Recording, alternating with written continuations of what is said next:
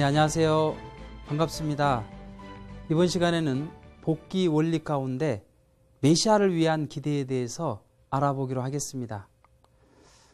아담과 해와가 타락하지 않고 자신의 책임 분담을 다함으로써 3단계의 성장 기간을 완성했더라면 하나님의 창조 목적은 그때 이루어졌을 것입니다. 그런데 장성기 완성급에서 타락함으로 말미암아 아담 해와는 하나님과 사탄 사이에 그 선악의 모체가 되고 말았습니다. 따라서 이런 아담과 해와를 다시 원래의 상태로 복귀하기 위해서는 가장 먼저 해야 될 것이 무엇이냐? 그것이 바로 사탄을 분립하는 노정인 것입니다. 이렇게 사탄을 분립한 그 노정을 거쳐서 타락전의 상태로 복귀한 형을 갖춘 터 위에서 메시아를 맞아 원죄를 벗고 중생함으로써 타락전의 입장으로 복귀될 수가 있는 것입니다. 그리고 아담 해와가 다 걷지 못했던 그 성장 기간을 메시아를 따라서 더욱 걸음으로써 창조 목적을 완성할 수 있게 되는 것입니다. 그렇다면 아담과 해와가 타락하지 않았다면 어떻게 창조 목적을 완성할 수 있었을까요? 그것은 먼저 믿음의 기대를 세웠어야 됩니다. 아담과 해와가 성장 기간에 있는 동안 하나님의 말씀을 절대적으로 믿고 따름으로써 이 믿음의 기대는 세워지게 됩니다. 그리고 그 터 위에서 이 아담과 해와가 일체를 이루어서 말씀의 완성 실체를 이루게 되면 그 실체의 기대를 이룰 수가 있게 되는 것입니다. 다시 말해서 아담과 해와가 서로 일체를 이루기 위해서 서로 만나는 그 자리는 결국 누구를 찾아가는 자리냐? 하나님을 찾아가는 자리가 되는 것입니다. 왜냐하면 아담과 해와는 하나님의 반쪽짜리입니다. 이 반쪽짜리가 서로 하나 되기 위해서 찾아가는 그 자리는 결국 하나님을 만나기 위한 자리이기도 한 것입니다.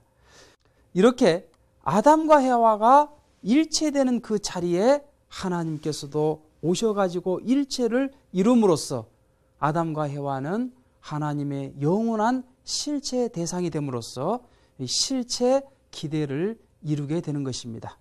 이렇게 될 때 하나님의 창조 목적은 완성하게 되었을 것입니다. 그런데 인간이 타락함으로써 이 믿음의 기대와 실체 기대를 잃어버렸던 것입니다. 따라서 이 타락한 인간이 창조 목적을 완성하기 위해서는 메시아를 맞지 않으면 아니 되는 것입니다. 이것이 복귀 원리의 두 번째 공식이 되는 것입니다. 그러면 메시아를 어떻게 맞을 수 있을까요? 그것은 아담 해와가 잃어버렸던 믿음의 기대를 세우고 그리고 그 터 위에서 실체의 기대를 세우게 될 때 이 메시아를 위한 기대도 이루어질 수 있는 것입니다.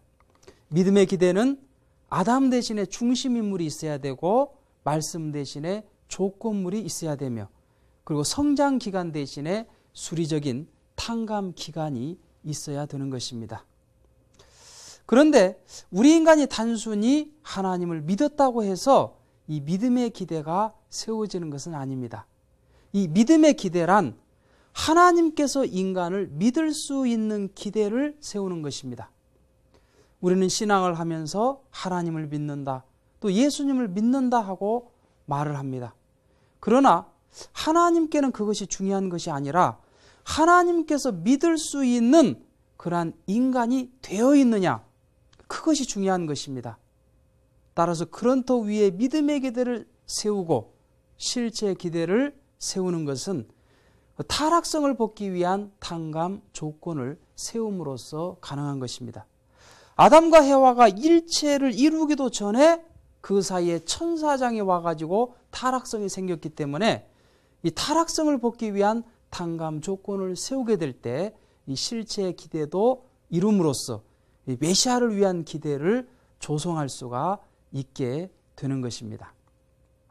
이처럼 메시아를 받기 위해서는 이 믿음의 기대와 실체의 기대를 세움으로써 가능한데 이것을 세우기 위한 인류 역사가 하나님의 복귀 섭리 역사했던 것입니다. 따라서 이러한 복귀 섭리의 공식을 알고 인류 역사를 바라본다면 하나님의 심정과 사정을 더욱 깊이 이해할 수 있게 되고 인간의 진정한 행복의 길도 찾아갈 수 있는 것입니다. 그러면 다음 시간에는 이러한 복귀 원리의 공식을 토대로 하나님께서 인류를 구원해 나오신 그 역사를 아담 가정으로부터 알아보기로 하겠습니다. 감사합니다.